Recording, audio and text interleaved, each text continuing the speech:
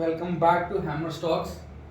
तो आज हमारा तीसरी कैंडल जो होगी, जो थर्ड कैंडल जो हमारा पैटर्न होगा वो होगा इन्वर्टेड हैमर और ड्रैगन फ्लाई डोजी कैंडल। अब हमें ये समझना है कि इन कैंडल्स पे कैसे एक बुलिश ट्रेंड रिवर्सल आता है या यहाँ से कैसे एक बाइंग जोन क्रिएट होता है, कैसे आप यहाँ से एक ऑप्शन में कॉल बाय कर सकते हो। आइए देखते हैं एक बार। पहली बात, इन्वर्टेड हैमर जो होता है वो आपका बेसिकली बनेगा हमेशा सपोर्ट पे, बट अब कभी कभार मान लीजिए जो इन्वर्टेड हैमर होता है वो बिल्कुल एक फॉर्मेशन करता है, शूटिंग स्टार टाइप भी करता है। बट शूटिंग स्टार और इन्वर्टेड हैमर में एक पॉइंट होता है जिसमें आपको समझ आ जाएगा कि शूटिंग स्टार और इन्वर्टेड हैमर कैसे बन रहा है। इन्वर्टेड हैमर बनेगा ग्रीन में और शूटिंग स्टार बनता है हमेशा रेड में।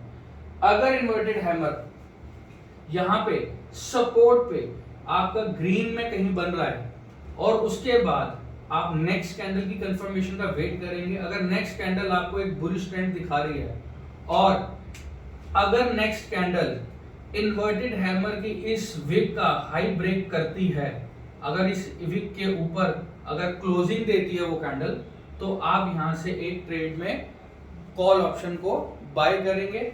यहां से आप अपना एक टारगेट ले लेंगे, जो भी आपको 10 पॉइंट, 20 पॉइंट, 30 पॉइंट, 50 पॉइंट का जो भी एक ट्रेड लेना है वो आपके ऊपर डिपेंड करेगा आप कितने पॉइंट्स के लिए जाना चाहते हैं। बट ध्यान रखिएगा ये आपका एसएल होगा, इसका आप एसएल लेंगे। जो इन्वर्टेड हैमर का ओपन, जो आप इन्वर्टेड हैमर के जहां से ओपन हुई थी कैंडल, वो आपका एसएल होगा विद क्रॉस। जो नेक्स्ट कैंडल जो आपकी बुलिश कैंडल बनेगी, हमेशा ध्यान रखना इस वीक के ऊपर ही उसकी क्लोजिंग होनी चाहिए। अगर इस वीक के ऊपर क्लोजिंग दे रही है तो ही आप बाय में जाएंगे, बुलिश ट्रेंड में जाएंगे, बाय कॉल में जाएंगे, ऊपर की तरफ के लिए ट्रेड लेंगे आप।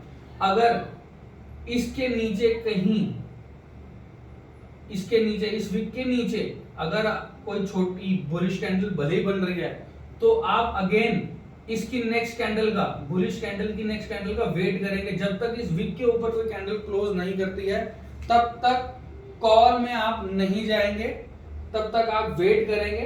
अगर जाती है, अगर यहाँ से कोई ट्रेंड रिवर्सल ही आ जाए, नीचे कोई बेरिश कैंडल बन जाए, तो ये ट्रेड यहाँ पे हमारा बनेगा ही नहीं, राइट। और ऐसे ही आपकी ड्रैगन फ्लाई डोजी ऐसे ही बनती है। एक तरीके की जस्ट लाइक हैमर ही होगा आपका, बट एक बहुत छोटा। अब ड्रैगन फ्लाई डोजी में क्या होगा, ये मान लीजिए ये आपकी कैंडल यहां से ओपन हुई और यहां से पहले वो ऊपर की तरफ गया, बायर्स यहां से ऊपर ले गए, बट यहां से सेलर्स ने मार्केट को खींच के वापस नीचे की तरफ ले आए।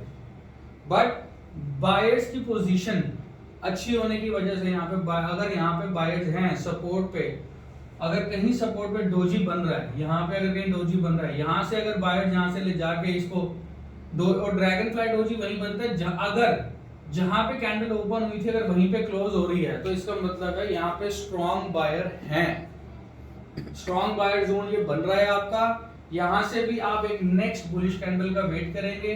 अगर कोई बुलिश कैंडल इस डोजी की विक के ऊपर क्लोजिंग कहीं दे रही है, मान लीजिए ऐसे कोई बुलिश कैंडल बन रही है, अगर यहाँ पे वो क्लोजिंग दे रही है तो आप यहाँ से एक बाय का ट्रेड लेंगे। जरूरी नहीं है मारो मूजो बने, हो सकता है कि डोजी के बाद एक और हैमर बन जाए यहाँ, बट ध्यान रखिएगा क्लोजिंग ऊपर ही होनी चाहिए, नीचे की क्लोजिंग नहीं होनी चाहिए सपोर्ट में।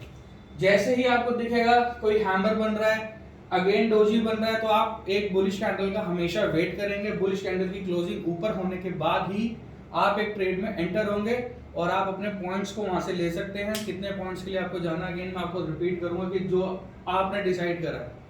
कोई भी ट्रेडर आपको ये नहीं बताएगा कि आप इसमें आपको 50 पॉइंट मिलेंगे या 50 पॉइंट्स आप का ट्रेड ले सकते हो, नहीं। पॉइंट्स आपको खुद देखने हैं, 10 पॉइंट, 20 पॉइंट, 30 पॉइंट्स के लिए कितने पॉइंट्स के लिए जाना है। बट जब एक डोजी बनता है ना सपोर्ट पे, वो एटलीस्ट आपको एक रनिंग कैंडल पे ही 15 to 20 पॉइंट्स दे जाता है। तो वो उस पर आपको डिसाइड करना है कि आपको 20 पॉइंट्स पे निकलना है कि कितने पॉइंट्स पे आपको निकलना है। तो गाइस आई होप आपको इन्वर्टेड हैमर और डोजी दोनों समझ आ गया होगा। तो मैं इनको एक बार आपको ना चार्ट पे भी दिखाता हूँ कि ये कैसे वर्क करता है और कैसे आपको ट्रेड लेना है। आइए देखते हैं। तो आइए गाइस देखते हैं कि डोजी और इन्वर्टेड हैमर जो आपका बनता है वो कैसे बनता है और आप कैसे इसमें आप ट्रेड में एंटर करोगे, राइट। चलो आप देखते हैं। अब आप ये देखो, ये एक स्ट्रॉन्ग सपोर्ट जोन था, बायर जोन था, मार्केट कंसोलिडेट कर रही है यहाँ पे। अब आप ट्रेड को ना थोड़ा समझो कि मार्केट कैसे ऊपर जाएगा, रीजन क्या होगा मार्केट के ऊपर जाने का। अब आप समझो इसको। अब आप यहाँ पे देखोगे, ये विक देख रहे हो, कैंडल की विक देखो आप, ये विक देख रहे हो, तो यहाँ से बार बार बायर्स मार्केट को ऊपर ले जाने का ट्राई कर रहे हैं। और जो सेलर्स की ऊपर विक आप देखोगे, सारी विक्स छोटी हैं। और अगर इस कंसोलिडेटेड मार्केट में कहीं आपका एक डोजी आपको फाइंड हो रहा है, ये देखिए ये डोजी बना, यहाँ से बायर पुल बैक करके ऊपर रह गए, डोजी कैंडल बनी, इसकी इस विक के ऊपर आप देखोगे क्लोजिंग भी हुआ।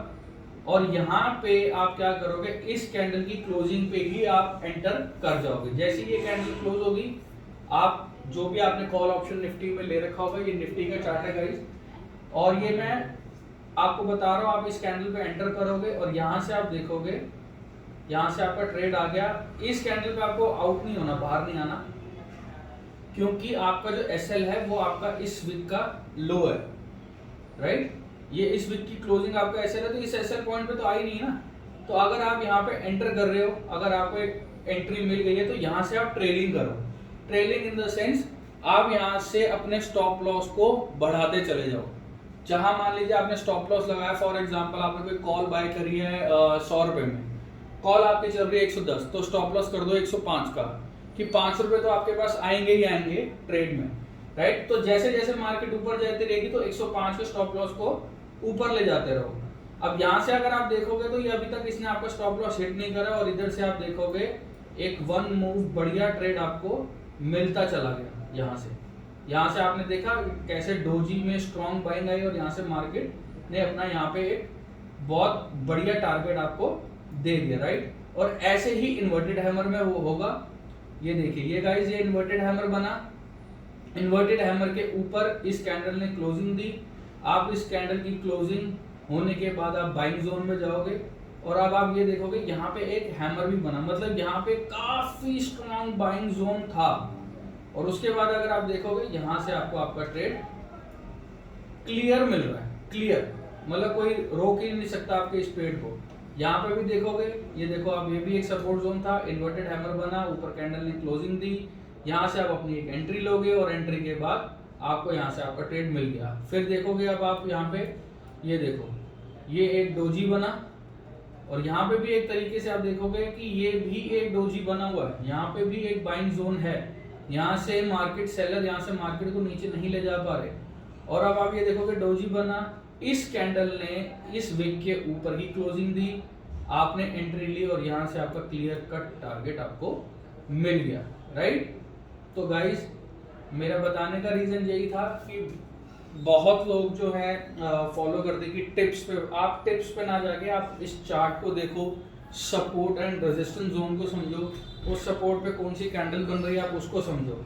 तो जब आप ये समझ जाओगे ना, आपको किसी भी ट्रेडर की नीड नहीं पड़ेगी, किसी भी स्टॉक ब्रोकर की नीड नहीं पड़ेगी, आप अपने टारगेट खुद अचीव कर सकते हो। तो जैसे कि मैंने अब आपको बताया, अब आप इसको चार्ट पे जरूर देखेगा कि कहाँ डोजी बन रहा है, कहाँ इन्वर्टेड हैमर बन रहा है, कितने आपको पॉइंट चाहिए और कितने नहीं चाहिए। तो उस पर आप वर्क करते रहिएगा। अब और मैं आपको फिर एक नई वीडियो के साथ मिलूंगा, नई कैंडल ट्रेड के साथ मिलूंगा, नया कैंडल पैटर्न समझाऊंगा आपको।